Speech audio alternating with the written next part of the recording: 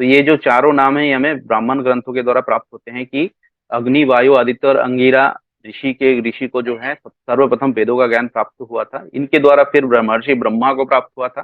तो चार वेदों के ज्ञाता महर्षि ब्रह्मा थे सर्वप्रथम इस सृष्टि में। उसके पश्चात उन्होंने उनके गुरु शिष्य परंपरा के द्वारा फिर ऋषि आदित्य को, फिर ऋषि मनु को दिया, फिर मनु के द्वारा फिर धीरे धीरे आगे गुरु शिष्य परंपरा के द्वारा श्रुति स्वरूप में आज तक हमें प्राप्त हुआ।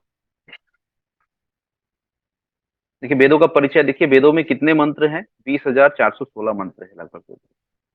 तो 20,416 मंत्र जो है वो अलग अलग वेदों में इस प्रकार से डिवाइड किया गया है कि ऋग्वेद में जो है ज्ञान कांड है, यजुर्वेद में जो है हमारे कर्म कांड है, उसके बाद सामवेद में जो है उपासना कांड है, और अथर्ववेद में जो है विज्ञान कांड है। तो इस प्रकार से डिवाइड है, ये हम पहले भी देख चुके हैं। चार वेद हमारे पास है और सबसे बड़ा जो वेद है हमारा ऋग्वेद है।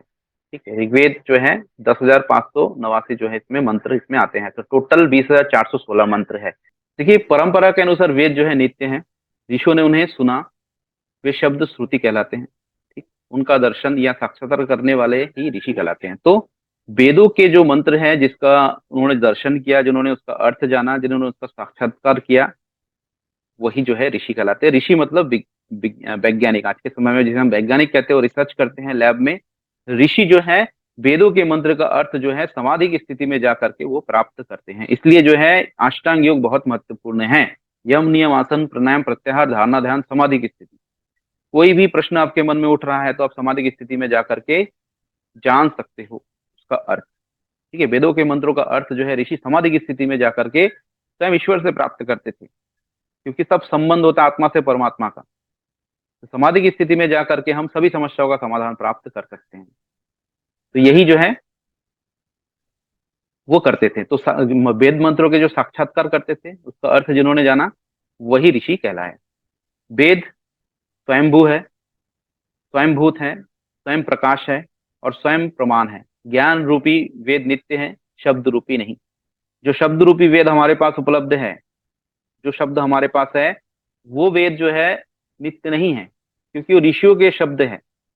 उनके मुख से शब्द जो है, देखिए कोई भी बात मैं अगर आपको बोलता हूँ, कोई ज्ञान बोलता हूँ, आप आगे उसको डिलीवर करेंगे तो अपने शब्द उसमें जो है ऐड करेंगे, लेकिन ज्ञान वही रहेगा, लेकिन ऐड कुछ और करेंगे, उसको विस्तार देने का प्रयास करेंगे। तो हो सकता है ऋषियों ने भी इसको विस्तार देने का प्रयास किया है, आप अनुमान लगा रहे हैं हम। तो ज्ञान रूपी जो वेद है वो नित्य है, जो अव्यक्त वाक है, जो दैवीय वाक है वो नित्य है। वो ईश्वर का ज्ञान जो है वो कभी भी नष्ट नहीं होता है। जैसे सृष्टि नष्ट हो जाएगी, ईश्वर में ही फिर से वही ज्ञान जो है वापस चली जाएगी। तो शब्द रूपी जो वेद है हमारे पास उपलब्ध है, वो आज हमने उसको बना लिया है शब्द के रूप में, हमने टेक्स्ट के फॉर्म में आज हमारे पास उपलब्ध है। तो परमेश्वर इस सृष्टि का निमित्त कारण है। हमने जाना था सृष्टि के तीन कारण होते हैं, उसमें से जो है परमात्मा जो है निमित्त कारण है, उपादान कारण, निमित्त कारण और साधारण कारण। ठीक, तो निमित्त जो कारण है वो सृष्टि के निर्माता जो होते हैं, बनाने वाला जो होता है निमित्त कारण। तो उपादान कारण जो होता है जिसके द्वारा सृष्टि बनाई जाती है, जिन साधनों का उपयोग करके सृष्टि बनाई जाती है, जैसे प्रकृति के तत्व। प्रकृति जो है जो है यहाँ पर उपादान कारण है, और साधारण कारण जिनके लिए बनाया जा रहा है। तीनों ही उपलब्ध होना आवश्यक है, अन्यथा जो है हम कुछ भी नहीं बना सकते। आज की सृष्टि में भी अगर मनुष्य भी कुछ बनाना चाहे तो बनाने वाला होना चाहिए, और बनाने की सामग्री होनी चाहिए, और क्यों बनाए, किसके लिए बनाए, तीनों कारण उपलब्ध होगा तभी हम कुछ भी बना सकते हैं, अन्यथा नहीं। तो इसलिए परमेश्वर इस सृष्टि का निमित्त कारण है। तो सृष्टि की आदि में उन्होंने ज्ञान भी दिया होगा, बिना ज्ञान दिए मनुष्य ज्ञानी नहीं होता। ठीक है, तो सृष्टि जैसे निर्माण उन्होंने किया, उसके बाद उन्होंने ज्ञान भी दिया होगा, क्योंकि मनुष्य बिना सिखाए कुछ भी नहीं सीखता। ऐसा अनेक परीक्षण से सिद्ध हो चुका है कि मनुष्य को पशु पक्षियों के साथ रखा गया है कि अपने आप जो है मनुष्य सीख पाता है कि नहीं, मनुष्य में ज्ञान डेवलप हो पाता है कि नहीं, तो जानने का प्रयास हमने किया। तो उससे हमें सिद्ध हो गया कि मनुष्य अपने आप ज्ञानी नहीं हो सकता। नहीं तो जनजाति लोग जो है ज्ञान विज्ञान में आज जो है हमसे श्रेष्ठ होते। ठीक है, तो वहां ज्ञान जिस रूप में था, इसे निश्चयात्मक रूप से कुछ नहीं कहा जा सकता। तो अव्यक्त जो वाक था वो किस रूप में था, उसके बारे में निश्चित रूप से हम नहीं कह सकते कुछ, क्योंकि आज कोई भी साक्षात्कारकृत जो है ऋषि विद्यमान नहीं। क्योंकि जो ऋषि को ज्ञान प्राप्त हुआ था वो ऋषि आज हमारे पास विद्यमान नहीं है। तो हम एग्जैक्ट नहीं बता सकते किस प्रकार से वो ज्ञान प्राप्त हुआ था, कैसे प्राप्त हुआ था, कैसे वो प्रेरणा थी, और ज्ञान का स्वरूप एक्चुअल में क्या था, कैसा था।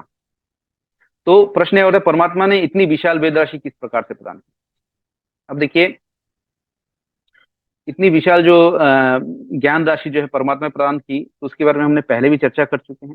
कि हो सकता है उन्होंने संक्षिप्त में दिया हो, तो विस्तार स्वरूप हमारे जो है ऋषियों ने उसको विस्तार दिया हो। उसके बाद देखिए यहाँ पर योग दर्शन का एक श्लोक है, इसमें कहते हैं ईश्वर ही हमारे पूर्वजों का पहला गुरु है। सभी का गुरु जो है परमात्मा है, ईश्वर है। ईश्वर अगर ज्ञान नहीं दिए होते तो हम तक ज्ञान कैसे पहुंचता। उन्होंने पहले सृष्टि को बनाया, जगत को बनाया, उत्पत्ति की, हमें बनाया। उसके पश्चात जो है जगत को कैसे जानना है, क्या करना है, क्या खाना है, क्या नहीं खाना है, क्या करना है, क्या नहीं करना है, धर्म अधर्म का विचार, सब चीज, संस्कार से संबंधित सभी ज्ञान उन्होंने हमें दिया। उन्होंने देने के पश्चात जो है उन्होंने फिर हमें आगे, फिर सृष्टि में जैसे आप आगे बढ़ोगे तो किस प्रकार से आप उसको उसी ज्ञान के आधार पर आप जो है कर्म आदि करोगे। तो हमारा जो है आदि जो है गुरु कौन है सभी के, वो परमात्मा है। तो ईश्वर ही हमारे पूर्वजों का पहला गुरु है। ईश्वर को मृत्यु नहीं आती, इसलिए वह काल या समय की सीमा के संबंध से परे है। वह पहले उत्पन्न हुए सभी गुरुओं का भी गुरु है। तो सभी का गुरु जो है ईश्वर है, और ईश्वर की वाणी जो है वेद है। ईश्वर ने हमें वेद वाणी दिया इसलिए कि हम अपने जीवन में जो है सुख समृद्धि को प्राप्त करें, हम अपने जीवन में शांति को प्राप्त करें, परम ऐश्वर्य को प्राप्त करें उसी ज्ञान के द्वारा। अब देखिए, क्या अतीन्द्रिय ज्ञान संभव है? हम जब भी ज्ञान प्राप्त करते हैं हमारे मन में एक प्रश्न उठेगा कि ज्ञान तो हम इंद्रियों के द्वारा ही प्राप्त कर सकते हैं, या तो मन के द्वारा ही प्राप्त कर सकते हैं, या तो बुद्धि के द्वारा। बिना इन तीनों के हम जो है ज्ञान प्राप्त नहीं कर सकते, क्योंकि ज्ञान को धारण करने के लिए उसकी समझ होनी चाहिए। तो इंद्रियों के द्वारा पहले ज्ञान को हम जानते हैं कि ये ऐसा है। तो क्या बिना इंद्रियों के, बिना मन के ज्ञान प्राप्त किया जा सकता है? क्योंकि जब ऋषियों को ज्ञान प्राप्त हुआ था, उनको दिया गया था, तो क्या उनके उनको तो कोई इंद्रियों की आवश्यकता नहीं पड़ी, उनको तो कोई मन की आवश्यकता नहीं पड़ी, उनको हृदय में ही सीधा प्रकट किया गया था। तो अब इसको जानने का प्रयास करते हैं। ठीक है, आत्मा को ज्ञान प्राप्त करने के लिए मन और इंद्रियों की आवश्यकता होती है, परंतु वेदों का ज्ञान आत्मा में प्रेरित किया गया था, जिसमें इंद्रिय एवं मन की आवश्यकता नहीं होती, जिसे अतीन्द्रिय अलौकिक ज्ञान कहते हैं। इसी अलौकिक ज्ञान की बात मैं कर रहा था। एक अलौकिक ज्ञान होता है, एक लौकिक ज्ञान। लौकिक ज्ञान को धारण करने के लिए, भौतिक ज्ञान को धारण करने के लिए हमें इंद्रिय और मन की आवश्यकता होती है, परंतु अलौकिक जो अतीन्द्रिय ज्ञान है, इंद्रियों से परे जो ज्ञान है, जब सृष्टि के आदि में ईश्वर देते हैं हमें, उसके लिए आत्मा ही एकमात्र जो है टूल है, उसकी आवश्यकता होती है। वो प्रेरणा करते हैं आत्मा में बस। तो इसका जो है हम आज के जो है समय में बहुत सारे वैज्ञानिक भी हुए हैं, जो पाश्चात्य वैज्ञानिक भी हुए, उन्होंने इसका प्रमाण उन्होंने स्वयं दिया हुआ है। ठीक है, उसको भी हम जानने का प्रयास करते हैं। कौन कौन से पाश्चात्य वैज्ञानिकों ने ये प्रूव किया हुआ है? उन्होंने बताया कि वो अचानक उनके मन में एक दिन प्रेरणा प्रकट हो गया कि हम ये आविष्कार करने जा रहे थे, तो अचानक प्रकट हो गया, एक प्रेरणा हुई, कहाँ से आ गए, एक थॉट्स आ गए हमारे मन में, और हमने ये कह दिया। उन्होंने अपने अपने इंटरव्यू में अलग अलग जगह पर उन्होंने कहा है। देखिए, प्रसिद्ध वैज्ञानिक मार्कोनी ने से जब पूछा गया तो उन्होंने क्या किया था, पूछा गया तुमने बेतार के तार का पता किन परीक्षण के आधार पर लगाया? तो मार्कोनी का उत्तर था, मैंने कोई परीक्षण नहीं किया, वे विचार स्वतः ही मेरे मन में उठे। उसी प्रकार से आइंस्टाइन का भी यही कहना था। तो जब हम किसी भी चीजों के बारे में सोचते रहते हैं, तो एक एक स्टेज ऐसा आ जाता है, तब अचानक से कुछ थॉट्स आ जाते हैं, कुछ प्रेरणा आ जाती है। तो किसने किया? प्रेरणा तो अपने आप तो हुई नहीं, किसी ने कुछ ना कुछ आपको बताया, वहां से जो थॉट्स आए, ये जो आज के समय में भी हम इसको अनुभव कर सकते हैं। तो ज्ञान जो होता है बिना इंद्रियों के भी प्राप्त किया जा सकता है। ठीक है, तो आइंस्टाइन ने भी ऐसा ही पूछा गया, तो उन्होंने भी यही उत्तर दिया। ठीक है, तो उन्होंने उत्तर दिया कि विख्यात गणितज्ञ आइंस्टाइन ने से भी जब पूछा गया कि तुमने अपनी स्थापनाओं को सिद्ध करने की में गणित की किन क्रियाओं का उपयोग किया, तो उनका भी यही उत्तर था कि ये विचार मेरे मन में अपने आप उठे, कहाँ से आए मैं नहीं जानता, अचानक उनके मन में प्रकट हुए। तो ऐसे जितने भी वैज्ञानिक वगैरह थे, जितने भी दार्शनिक थे, अचानक उनके मन में जो है ये प्रकट हुए। उसके बाद देखिए, एक दार्शनिक हुए अमेरिका के जेम्स। मैं हर बार पाश्चात्य की बात कर रहा हूँ, भारतीयों की बात बहुत कम करूंगा यहाँ। पाश्चात्य वैज्ञानिकों ने भी ये इसके बारे में बताया है।